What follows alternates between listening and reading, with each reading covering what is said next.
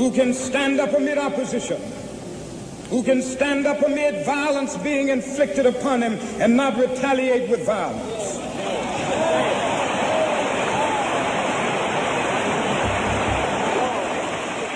In the early 1960s, Birmingham, Alabama was said to be one of the most racist cities in the U.S. Its mayor was Arthur Haynes, an attorney who would later defend James Earl Ray.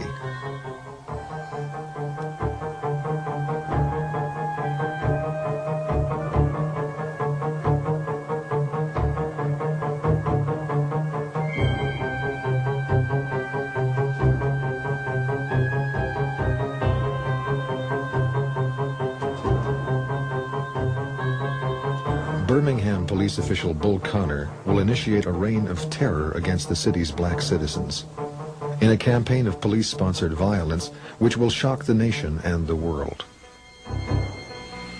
This is not a sectional issue. Difficulties over segregation and discrimination exist in every city, in every state of the Union, producing in many cities a rising tide of discontent that threatens the public safety. Nor is this a partisan issue.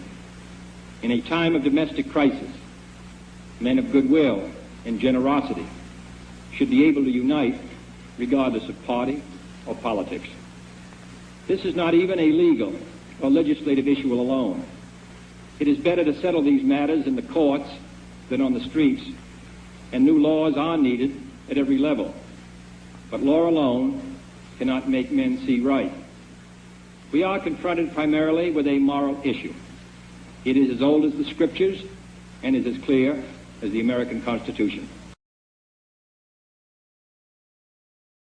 Dr. King, one of the foremost fighters for civil rights, is one of many speakers who remind the gathering that this march must not be counted a final victory or defeat, no matter what the immediate reaction of the members of Congress may be. At a White House meeting following the march, President Kennedy warns its leaders that strong bipartisan support will be necessary to get civil rights legislation passed this term.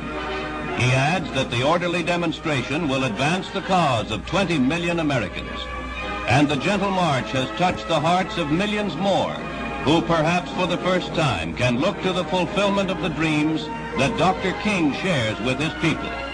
I have a dream that one day this nation will rise up and live out the true meaning of its creed.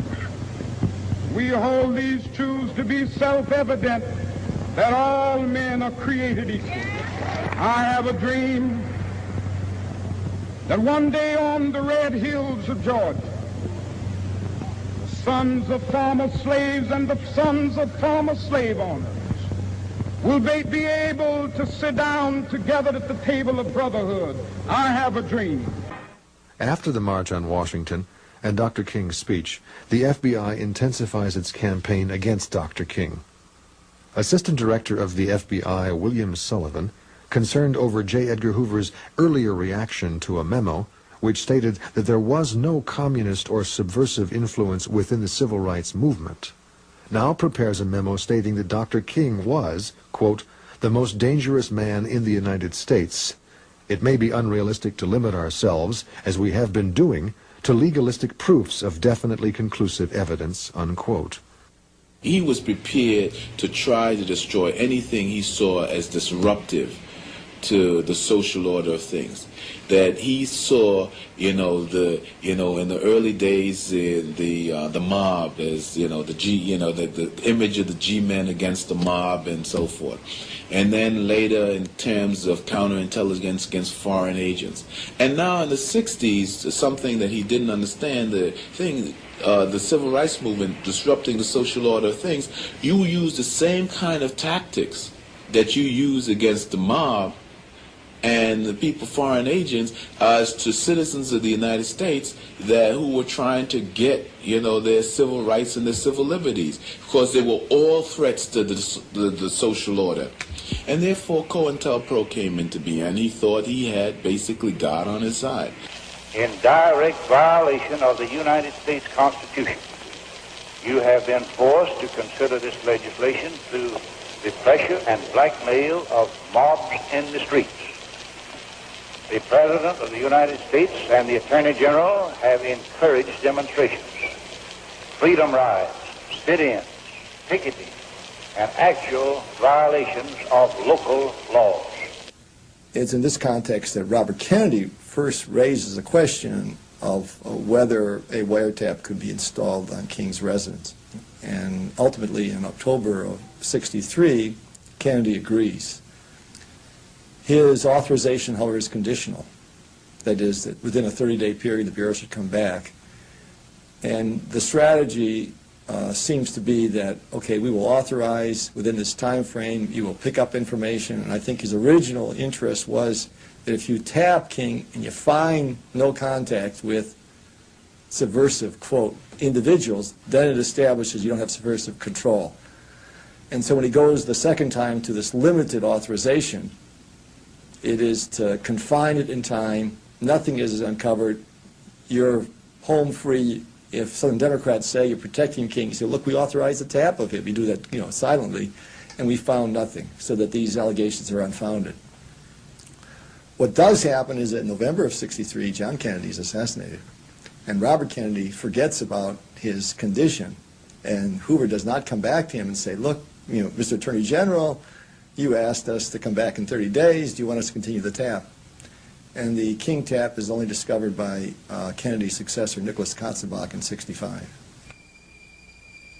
When news of Dr. King's Nobel Peace Prize reaches FBI Director Hoover, he is outraged and describes King to associates as, quote, one of the lowest characters in the country, unquote. Hoover's second-in-command, William Sullivan, authors an anonymous letter to King urging that he kill himself.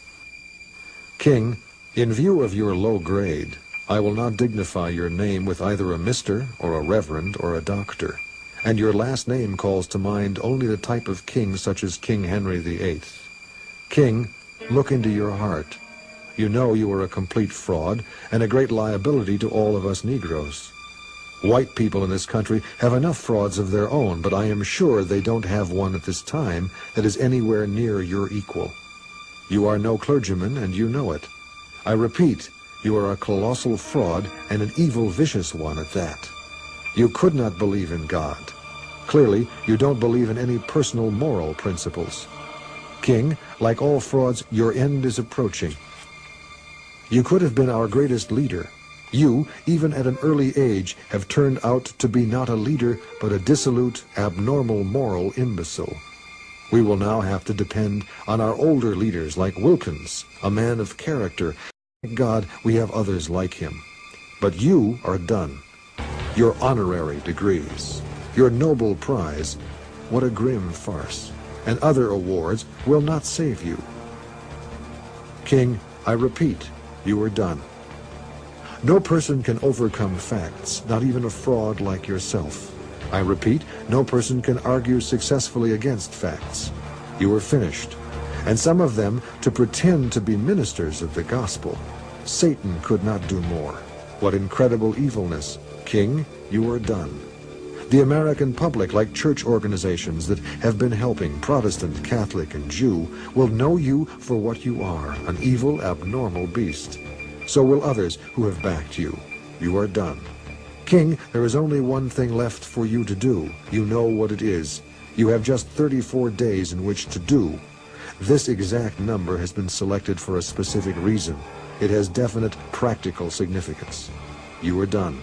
There is but one way out for you. You better take it before your filthy, abnormal, fraudulent self is bared to the nation. We have no alternative but to keep moving with determination. We've gone too far now to turn back. And in a real sense,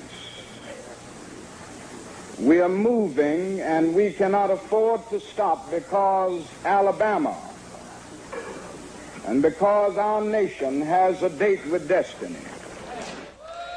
Selma, Alabama was an old southern town. Selma had been a slave market prior to the Civil War and a military depot at the time of the Confederacy. Martin Luther King calculates that because of its viciously racist sheriff, Jim Clark, and Clark's potential for overreaction, Selma, Alabama is the perfect location for the SCLC's campaign. True to form and King's insight, Clark shocks a watching nation and world by unleashing an unparalleled brutality on the helpless demonstrators. To be detrimental to your safety to continue this march, and I'm saying that this is an unlawful assembly, this march will not continue. Troopers here advance toward the group. See that they disperse.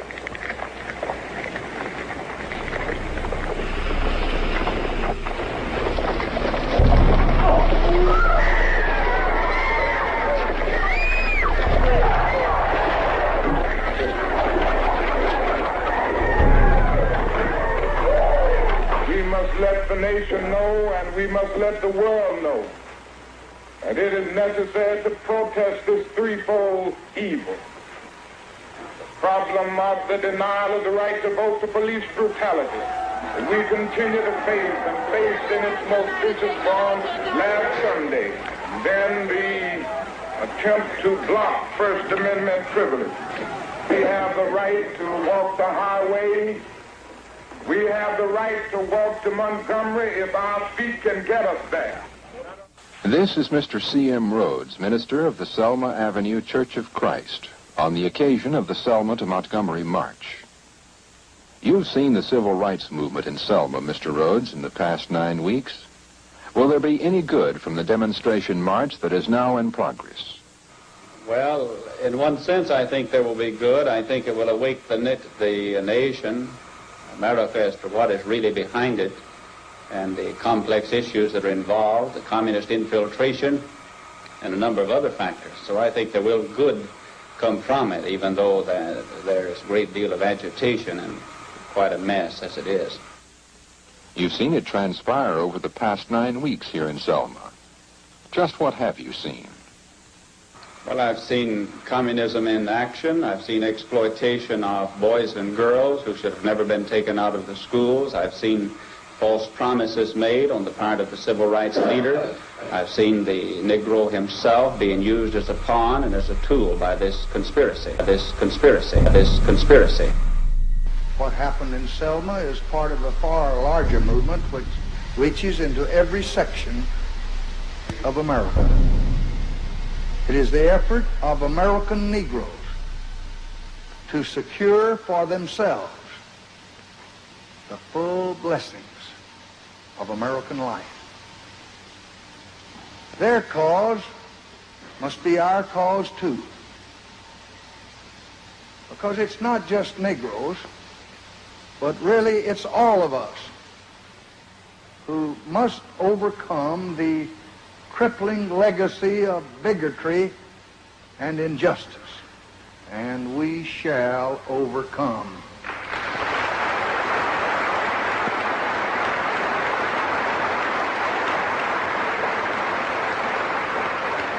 That period of getting, and when you consider the number of black people living in the South without the right to vote, and some of the few who did were told how to vote.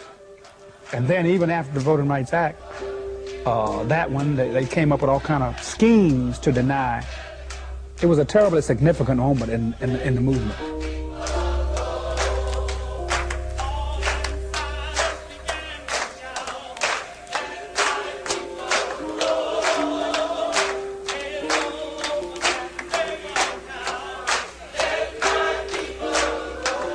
Let us march on segregated housing. Until every ghetto or social and economic depression. Dissolve the Negroes and whites live side by side in decent, safe, and sanitary housing.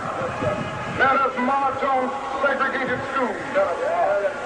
Until every vestige of segregated and inferior education becomes a thing of the past, and Negroes and whites study side by side in the socially healing context of the classroom.